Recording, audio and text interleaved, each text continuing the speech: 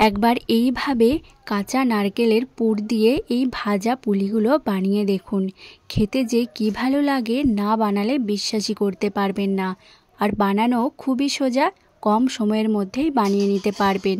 তো চলুন দেখে নিই। নমস্কার বন্ধুরা, ওয়েলকাম টু প্রিয়ার রান্নাঘর। আজকে বানাবো ভাজা পুলির রেসিপি। তো চলুন দেখে নিই। তো এখানে প্রথমেই আমি একটা নারকেল ভালো করে কুড়িয়ে নিয়েছি, আর নারকেলটাকে একটা বাটি মেপে 1 বাটি কোড়া নারকেল নিয়েছি। এবার ওই বাটিরই হাফ বাটি দিয়ে দিচ্ছি চিনি। তবে মিষ্টিটা কিন্তু আপনারা আপনাদের স্বাদ অনুযায়ী কম বেশি করে নিতে পারেন। আর দিয়ে দিচ্ছি কিছুটা এলাচ গুঁড়ো। এই এলাচ গুঁড়োটা দিলে পিঠের ফ্লেভারটা অনেকটাই ভালো হবে। তবে যারা পছন্দ করেন না তারা এটা বাদ দিতে পারেন। এবার এটাকে আগে ভালো করে একটা চামচ দিয়ে মিশিয়ে নিচ্ছি। এবার হাত দিয়ে খুব ভালো করে মেখে নিতে হবে। তবে এখানে চেষ্টা করবেন একটু ছোট দানার চিনিগুলো নিতে, আর বড় দানার চিনিগুলো যদি হয় তাহলে মিক্সিতে একটু ঘুরিয়ে নেবেন। তো দেখুন এখানে পুরটা আমি রেডি করে নিয়েছি সুন্দরভাবে। এবার এইদিকে একটা বাটি নিয়েছি আর তার উপর একটা ছাঁকনি নিয়েছি। এবার এর মধ্যে দিয়ে দেব 1 বাটি ময়দা। ময়দাটাকে দিয়ে খুব ভালো করে চেলে নেব। প্রথমে 1 বাটি ময়দা চেলে নিয়েছি ভালো করে, আবারও 1 বাটি ময়দা নিয়েছি, ভালো করে চেলে নিচ্ছি। যেহেতু আমার ছাঁকনিটা ছোট তাই দুবারে চেলে নিয়েছি। এবার এর মধ্যে দিয়ে দিচ্ছি সামান্য একটু লবণ। লবণটা দিয়ে আগে ভালো করে মিশিয়ে নেব। তারপর সুন্দর একটা ডো তৈরি করে নেব। আর ডোটা তৈরি করার জন্য এখানে নিয়েছি হালকা কুসুম গরম জল।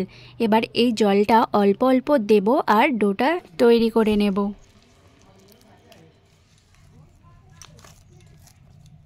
তো ডোটা এখানে সুন্দর করে মেখে নিয়েছি, আর ডোটা দেখুন কতটা সফট করে মেখেছি। যেমন আমরা লুচি বানানোর জন্য ডো তৈরি করি ঠিক তেমনটাই তৈরি করে নিলে হবে।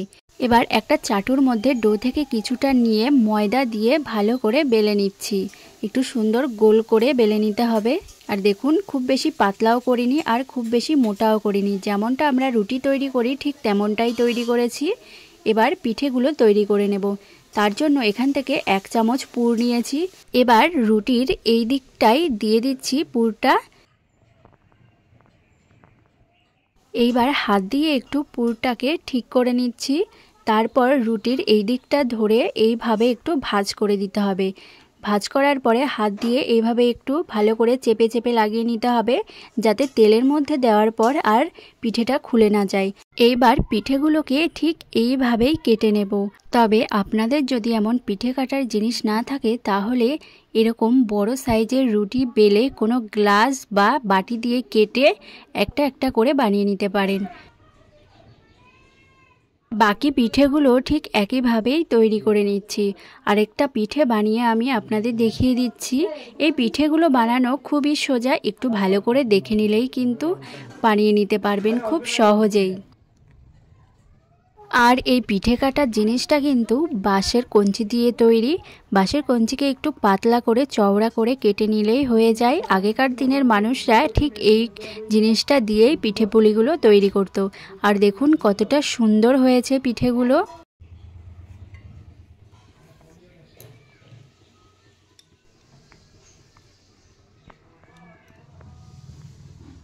তো দেখুন সবগুলো পিঠেই খুব সুন্দরভাবে কেটে নিয়েছি। আর এইদিকে কড়াইতে কিছুটা তেল গরম হওয়ার জন্য দিয়ে দিয়েছি। আর তেলটা খুব ভালো করে গরম হয়ে গেছে। এবার এর মধ্যে এক এক করে আমি পিঠেগুলো দিয়ে দিচ্ছি। তবে সবগুলো পিঠে একেবারে দিতে যাবেন না। এই পিঠেগুলো যখন তেলের মধ্যে দেওয়ার পর ফুলবে তখন কিন্তু পিঠেগুলো ভাজা হতে একটু অসুবিধা হবে, তাই অল্প অল্প করে দিয়েই ভেজে তুলে নিতে হবে। পিঠেগুলো তেলে দেওয়ার কিছুক্ষণ পরেই ঠিক এইভাবে একটু উল্টে দিতে হবে। আর এখন দেখুন পিঠেগুলোর মধ্যে হালকা একটা কালার আসতে শুরু করেছে। তবে আপনারা চাইলে এই পর্যায়ে পিঠেগুলো নামিয়ে নিতে পারেন, কিন্তু আমি এই পিঠেগুলোকে আরেকটু হালকা লালচে করে ভেজে তুলে নেব। তো দেখুন এখন কিন্তু পিঠেগুলো পুরোপুরিভাবে ভাজা হয়ে গেছে। এবার এই পিঠেগুলোকে ছাঁকনির মধ্যে নিয়ে ভালো করে তেল ঝরিয়ে তুলে নিচ্ছি। বাকি পিঠেগুলো ঠিক একইভাবেই ভেজে নিচ্ছি। আর পিঠেগুলো তেলে দেওয়ার সাথে সাথেই দেখবেন খুব সুন্দরভাবে ফুলে গেছে পিঠেগুলো। আর এই পিঠেগুলো ভাজা হতে খুব বেশি সময় লাগে না, অল্প সময়ের মধ্যেই ভেজে তুলে নিতে পারবেন। তো দেখুন এই পিঠেগুলো ভাজা হয়ে গেছে, এবার তুলে নিচ্ছি।